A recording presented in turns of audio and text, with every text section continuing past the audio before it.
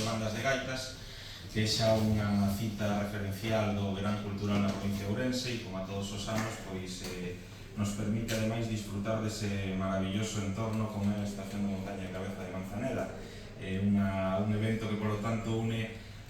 dous dos elementos clave de dinamización do noso territorio, como son dunha banda a cultura, a nosa cultura, a música e a tradición e a cultura popular,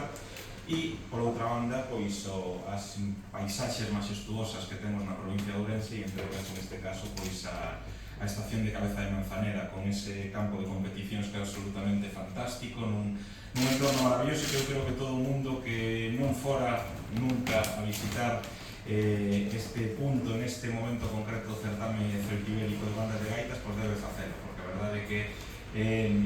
cando estás ali arriba e estás escoitando a música e demais, eu creo que todos entranos algo polo corpo que nos fai sentir un pouco máis contentos con nos mesmos e un pouco máis identificados con todos os valores que transmite o noso territorio e a nosa provincia. Por lo tanto, eu creo que é un exercizo